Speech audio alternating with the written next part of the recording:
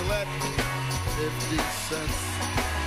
No phone, no pool or pet. I am the king of the road.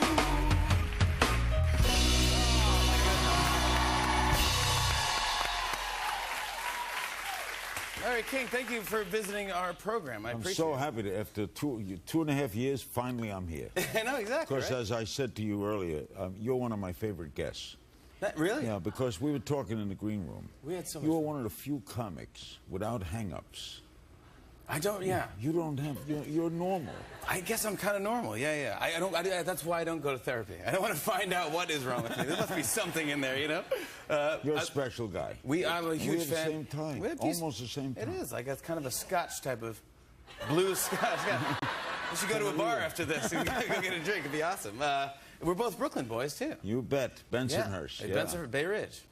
I was born in Bay Ridge. That's the next neighborhood. What high school did you go to? I moved out when I was 1. But my birth certificate says Brooklyn. My parents are both Brooklynites. And they're, yeah. And Brooklyn people, don't they meet Brooklyn people? Aren't you magnets? There's something, it's in the air. It's something about Brooklyn. Yeah. In other words, like, for example, I left Brooklyn in 1957, but Brooklyn never left me. Now, I left it, but it never left me. Yeah, I breathe Brooklyn. I am Brooklyn. What do you think about the basketball coming to Brooklyn? I just did a promo for the Nets. Did you really? The Barclay Arena, they're coming. It's going to be great. That's where the Dodgers were supposed to go, that Atlantic Avenue. Did you ever go to Ebbets Field or do that? Sure. What are you kidding? I was at Jackie Robinson's first game. Were you really? I used to run up and sit in the bleachers for 50 cents, watch games. Oh, there was nothing like Ebbets Field. I don't think you can get anything at a baseball game for 50 cents. Anything, not even a keychain. Nothing. Nothing. But a lot of these fun things in this book. I love this book. Truth Be Told is what it is, and it's a bunch of like fun, like stories and like little things that you've learned, and I guess just like things that you think. They're people I've met. It discusses my last year on the air, my closing night in December when I left broadcast. I now do 4 specials a year, but it was time. As Colin Powell said, when the train gets to the last stop, get off. Oh, God, but we do miss you because you were just a staple to television sets. You're a legend. You're phenomenal. We love you. But this has got some great stories in here. And I know last time we talked about like Don Rickles, and I know you're friends with him. And Don. You had such a funny story about him. Don is. Where was he shooting? He was shooting a war movie, wasn't he? Or CPO Sharkey? Or yeah, no. Warriors. Kelly's Heroes, Kelly's Warriors. It was with Clint Eastwood, and they had a scene where the two of them were running, and shrapnel went off, right? And they were supposed to blow them up. And there was a German shrapnel expert way ahead. It was like fake shrapnel. It was shrapnel, and he's supposed to set it off after they pass it, and then they edit the film to bring them together. Well, Eastwood is running like it's a race. Right? They're supposed to run together. Eastwood's 100 yards ahead of Don. Don Rickles, yeah. So they blow Don up. They see Eastwood, they blow Don up. Now it's Yugoslavia. They're in Yugoslavia. Yes. Don sent me a letter from Yugoslavia in which he wrote, I don't want to say it's boring here, but I'm writing to you. That's what you want. I don't want to say it's a poor country, but Tito has the car. He has the car, exactly. I love that. All right, then they take him to England because they can't do it in Yugoslavia. So in England, he's got doctors that are going to take the shrapnel out, right? And they're giving him the anesthesia, and he's lying there. The doctor leans over and says, I'm going to be in Vegas August 4th. Can I get tickets? 4 tickets? It's like, yeah, whatever you need, help me. Take the shrapnel out.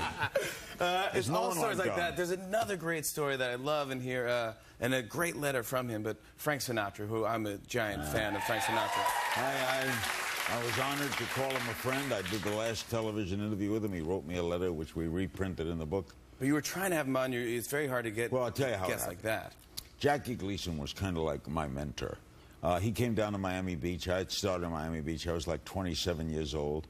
I came down on the train when Jackie took the train from New York to Miami. It was a great trip, and I emceed the dinner welcoming him, and we became friends. He used to call my radio show, come on my television show. And one night we were at his house, and he would get these things in his mind. He said, what's impossible? What's impossible in your profession as a talk show host? And I said, okay. Frank Sinatra to come on my local radio show for 3 hours. He says, you got him. Really? I got him. When? He says, when does he work? When does he not work? He was at the Fontainebleau Hotel. I said, he's off Monday nights. He's okay, pal, you got him. I said, you sure? Pal, you got him. So I go on the air that night. No, there's a local radio show. I said, Monday night, Frank Sinatra will be here. People are calling in. You go, come on, you Larry King has lost his mind. Yeah. He's the biggest star in the world, right? Now the station management calls me in. Are you sure? Because we've called the Fontainebleau. He ain't returned any calls. We're taking the big ad in the paper. I said, Jack, he said he's coming. Now it's the Monday night. Nobody went home. The secretary stayed all day. I'm on at 9 o'clock. At 5 to 9, the limo pulls up. Out steps Frank Sinatra. Frank Sinatra with his PR guy, Jim Mahoney. They walk up the stairs. Sinatra says, who's Larry King? Me. He says, okay, let's go. Jim Mahoney whispers to me, I don't know how you got him. He says, he pays me money not to do this. Yeah. We go into the studio, and I decided something. You know, I learned something in broadcasting. Never lie. When you're on the air, so you know you could have done one of those phony things. My old friend, Frank Sinatra, my pal. Yeah. I said, good evening. Welcome to another edition of the Larry King Show. My guest is Frank Sinatra. Why are you here? Why are you here? And he said, I can still remember. He said, 4 or 5 years ago, I was working at Ben Maxick's Town and Country Club, nightclub in New York, and I had laryngitis. It was closing night. I couldn't sing.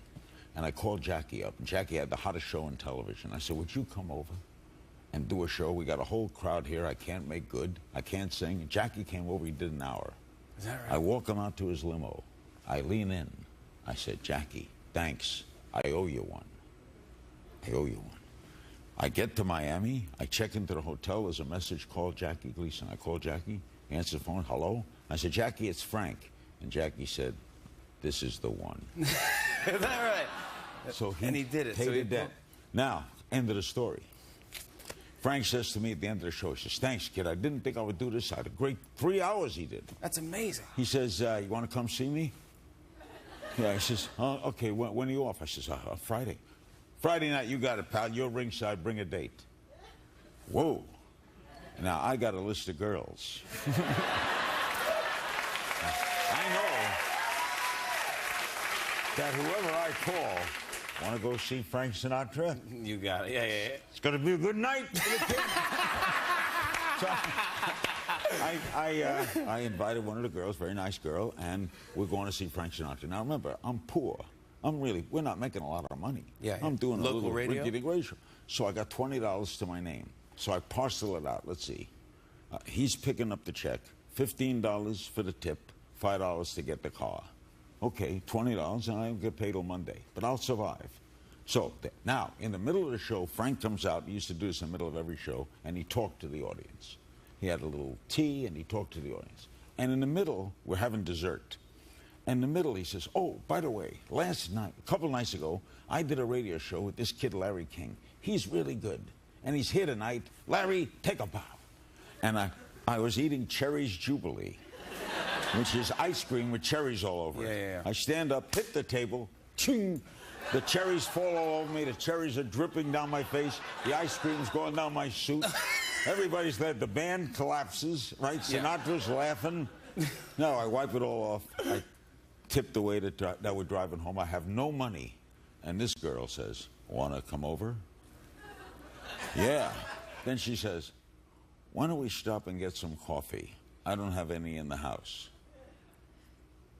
I pull into the Royal Castle. You got no money. I got no money. Oh, boy. I run into Royal Castle. I come steal back the out. coffee. I said, they can't change a $100 bill. There you go. And you had a good night? Good night. You had a good night, yeah. After the break, Larry King and I are going to be doing some fun stuff. Come on back. Stick around, you guys.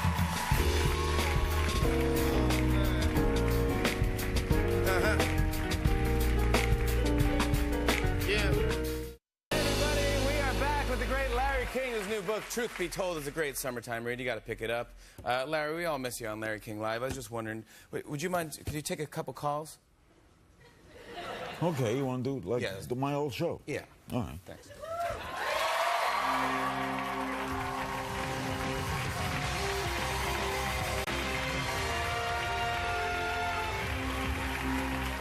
Oh, man. gonna cry, man. Don't cry. Cry. How is this? Is this because you've seen this parodied before? But no, not like this. This is pretty good, right? This is you got the whole set. You got this exciting. I didn't have audiences like this. I know you should have a full audience. It's fun. By the way, the background was that always in color? Yeah. No, it was black and white, and then they colored it about 3-4 years after we started. Any reason for the color? They had color. I guess, Jimmy. Yeah, very good. All right, this is cool. Welcome to Larry King Live. Larry's going to take some calls right now. Let's take a call. Tuscaloosa, what's your name and where you from? Go ahead with your question, please. Hello, this is David from LaGrange, Texas. I was wondering, when did you first start using your suspenders? It was a year after my heart surgery, and my ex-wife said to me, "You lost a lot of weight. Why don't you try braces?" So I wore them once, and 4 people called in and said, "You look good."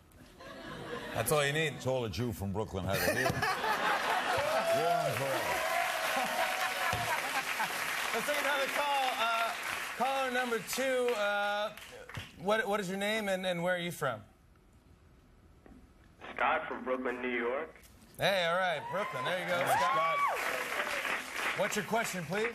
What was the most awkward moment on TV and how did you handle the situation? That's a very good question. Awkward. Awkward. You can't count this. You can't count this. Yeah. Listen, Mel Brooks. Really? Yeah. In the middle of an interview, he said to me, "Do you know how Jews die?" I said, "No." He says, "They die sitting in Miami Beach singing Dancing in the Dark." And he started singing Dancing in the Dark, and he gets to that one line, "Where the schools are, we're dancing in the dark." And he jumped on the top of the stage and collapsed on my desk. That was awkward. Yeah, that was awkward. Yeah, I think Mel Brooks has died. Let's go to, we have time for one more question. There you go. What is your name and where are you from? Hi, Larry. Lindsay from Augusta, Georgia. Wow, hi. Hi. Hey, watch it, Larry. Watch it, Larry. Oh. By the way, I'm in Vegas Saturday night. I'm opening in Vegas Saturday night. You were a pro, yeah. At the Mirage. At the Mirage Hotel. My wife, Sean, is opening for me. You ought to have her on this show. She ought to sing on this show. All right, done. I'll do it. I'm just mentioning it to you. All right. Dora, what's your question? I want to know, do you have Bieber fever? There you go. Do you have Bieber fever? Find out if you go to Vegas. I don't know. Call Anthony Weiner. You guys, one of the all-time greats, Larry King right here. Kourtney Kardashian and Khloe Kardashian-Odom join us next. They're hanging on the Bud Light line.